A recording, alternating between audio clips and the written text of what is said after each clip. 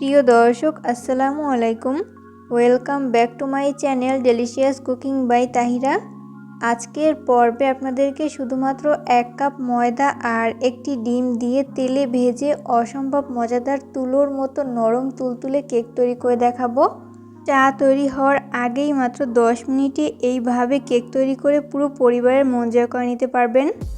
আশা করছি বরাবরের মতো আমার আজকের রেসিপিটিও আপনাদের কাছে সহজ এবং ভালো লাগবে। তো চলুন দর্শক রেসিপিটি দেখে নিচ্ছি শুরু থেকে শেষ পর্যন্ত।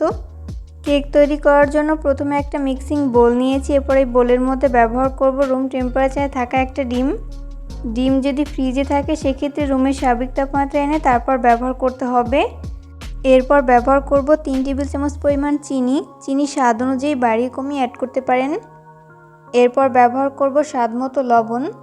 এরপর এই সমস্ত উপকরণগুলোকে একটা হ্যান্ড উইক্সের সাহায্যে ততক্ষণ বিট করে নিব যতক্ষণ না পর্যন্ত ডিম আর চিনি খুব ভালো মতো গলে মিশে যায়।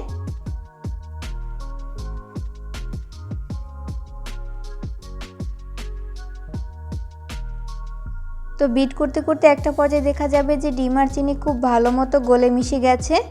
তো এই পর্যায়ে আমি এর মধ্যে ব্যবহার করব 3 টেবিল চামচ পরিমাণ সয়াবিন তেল।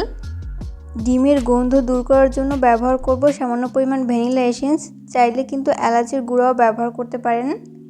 এরপর আবারও হ্যান্ড উইক্সের সাহায্যে 1 মিনিটের মতো বিট করে নিব।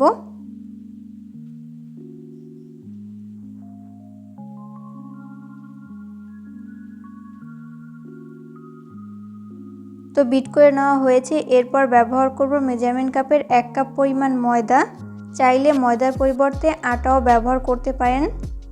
এরপর ব্যবহার করব হাফ চামচ পরিমাণ বেকিং পাউডার। এরপর হাত দিয়ে খুব ভালো করে মিশিয়ে নিব।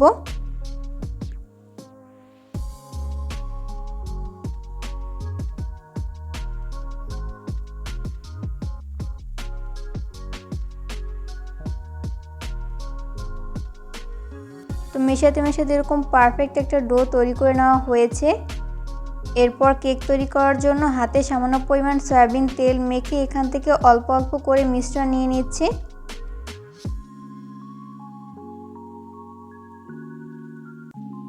এরপর হাত দিয়ে এইভাবে গোলাকার শেপ দিয়ে নিচ্ছি। কেকের শেপটা আমি কিভাবে তৈরি করছি সেটা আমার হাতের দিকে লক্ষ্য করলেই বুঝতে পারবেন।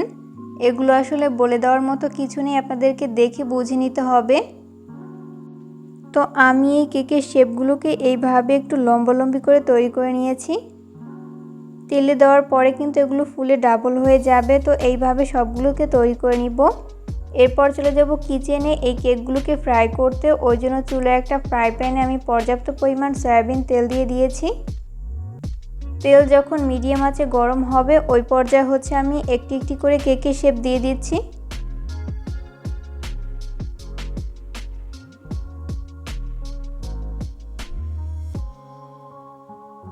সবগুলো কেকের শেপ দিয়ে দেওয়া হয়েছে। এরপর চুলার আঁচ মিডিয়াম ফ্লেমে রেখে এই কেকগুলোকে ফ্রাই করে নিতে হবে, এতে করে দুই পাশ ভালো মতো কুকড হতে পারবে। কোনোভাবেই চুলার আঁচ হাই ফ্লেমে রেখে এই কেকগুলো ফ্রাই করা যাবে না, সেক্ষেত্রে উপর থেকে খুব দ্রুত কালার চলে আসবে, তবে ভেতরটা ভালো মতো কুকড হবে না। 1 মিনিট পরে কেকগুলোকে উল্টে দিতে হবে অপর পাশটি ভেজে নেওয়ার জন্য।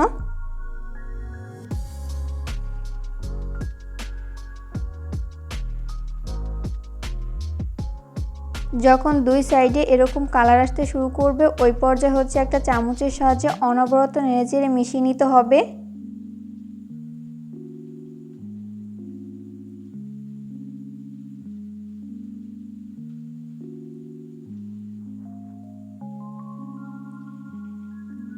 উল্টে পাল্টে কেকগুলো যখন দুই পাশ গোল্ডেন ব্রাউন কালার করে ভেজে নেওয়া হবে ওই পর্যায়ে আমি তেল ঝরিয়ে তেল থেকে উঠিয়ে নিব। কেকগুলোকে ভেজে আমি একটা প্লেটে তুলে নিয়েছি। চেষ্টা করেছি রেসিপিটি সহজভাবে শেয়ার করতে। আশা করছি বরাবরের মতো আমার আজকের রেসিপিটিও আপনাদের কাছে সহজ এবং ভালো লেগেছে। রেসিপি ফলো করে অবশ্যই বাসায় ট্রাই করবেন, দেখবেন পরিবারের ছোট থেকে বড় সবাই অনেক বেশি পছন্দ করবে আর অনেক মজা করে খাবে। বিশেষ করে বাচ্চারা অনেক বেশি পছন্দ করবে। শুধুমাত্র 1 কাপ ময়দা আর একটি মাত্র ডিম দিয়ে এইভাবে তেলে ভেজে কেক তৈরি করে আপনারা বিকেলে চায়ের সাথে পরিবেশন করতে পারেন। আর এই কেকগুলো কতটা পারফেক্ট হয়েছে সেটা বাসায় ট্রাই না করলে বুঝতেই পারবেন না। আমি একটা কেক আপনাদেরকে ভেঙে শেয়ার করছি যে এটা কতটা পারফেক্ট হয়েছে। ভিডিও ভালো লাগলে লাইক, কমেন্ট এবং শেয়ার করতে একদমই ভুলবেন না। পরবর্তী রেসিপি দেখার আমন্ত্রণ জানিয়ে আজকের মতো এখানেই বিদায় নিচ্ছি। সবাই অনেক বেশি ভালো থাকবেন। আল্লাহ হাফেজ।